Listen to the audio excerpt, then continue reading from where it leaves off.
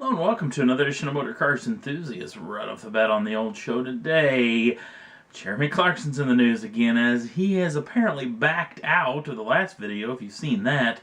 He backed out of Have I Got News For You, a BBC program that he was supposed to actually host or be a part of later in the month of April of 2015. Apparently he has backed out. He said because he thought better of it not to be on that particular program, whatever that was supposed to mean. So Mr. Clarkson will not debut on that particular BBC program. Another massive car guy and comedian, Adam Carolla, apparently has been working on a little project. He's one of the producers on a fantastic little documentary. And if you want to check out the actual trailer for this show, you can check it out. I have it up on the Motor Cars Enthusiasts Facebook page right now. And it's this particular show. It's called Winning the Racing Life of Paul Newman. And a lot of people don't know the actor Paul Newman was a huge motorsports fan. Had been racing for several years. In fact, he was many-time champion, race winner. He raced in Trans Am, he raced at Le Mans. He did a lot as far as road racing was concerned. Always hooked up, or a lot of times hooked up with the folks over at Nissan.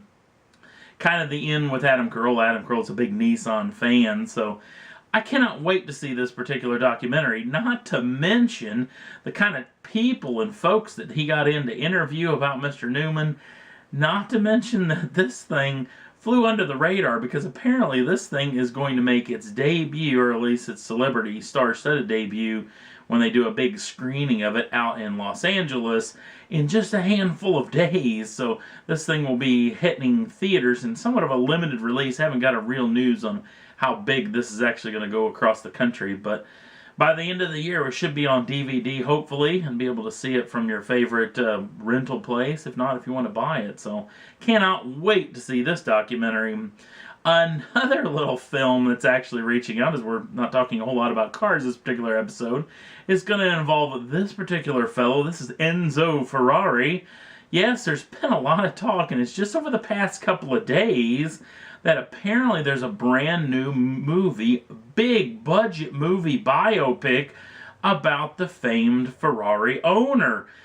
And it's going to touch on several big parts of his life, including, the inception of the brand, a lot of the Formula One years, not to mention the tragic death of Enzo Ferrari's son, Dino, and a number of other sections of his life. And there's been a handful of documentaries, a handful of movies that have been made about Enzo Ferrari, but this is a real exciting one, especially because of who, and they've got a big-time star power, at least coming behind this. There's early rumors that they're courting Clint Eastwood to actually direct the film, which he's done a fair amount of very popular, very good films in the director's role.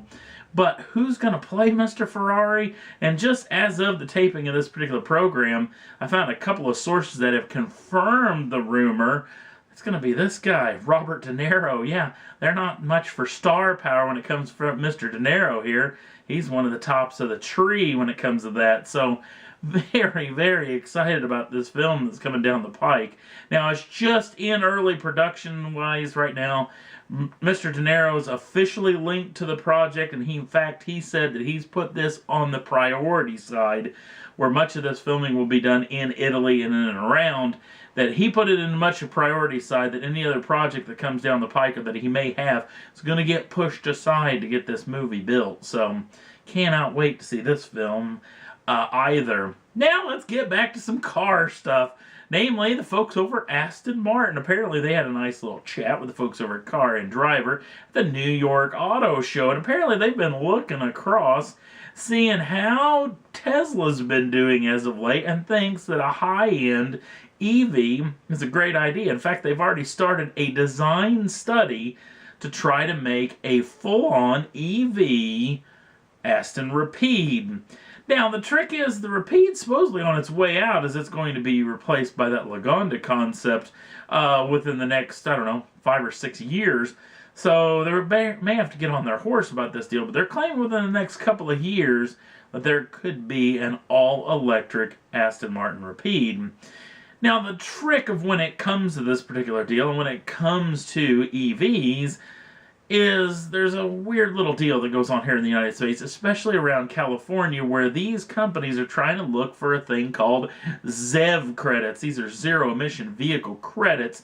And these credits need to be sold or need to be produced by auto manufacturers to actually allow them to be sold in the United States, especially in California. In fact, that's the reason, pretty much, why Tesla is still in existence. They haven't been making money off of the automobiles they've been making. They have been selling ZEV credits to a number of different manufacturers through a small little loophole that the National Highway Traffic Safety Administration, or NHTSA, actually came out and allowed this deal to actually take place. So, and I don't know how long this is going to last, but someday they're going to close up that loophole and make these manufacturers make zero-emission vehicles, even though they lose their rear ends on it.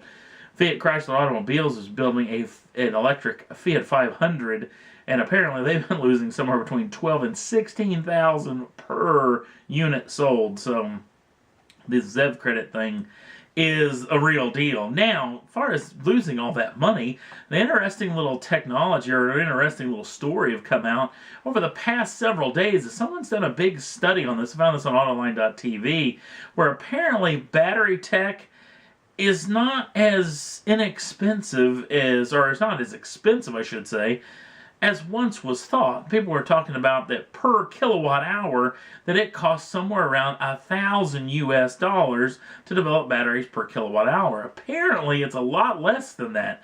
Apparently, it's around $300 per kilowatt hour. And according to a lot of folks, if it gets down to $125 per kilowatt hour, that puts it right in line with an ICE, otherwise known as an internal combustion engine, which could make an electric vehicle very economically viable, especially if they can get the range deal out of the way. You may see EVs become a tad bit more mainstream. It's going to take several years for that to happen. But boy, if they can get the battery technology that inexpensive, it could be something that you could see a lot more in the future. And that's all there was that I thought was worth talking about for this edition of Motor Cars Enthusiasts.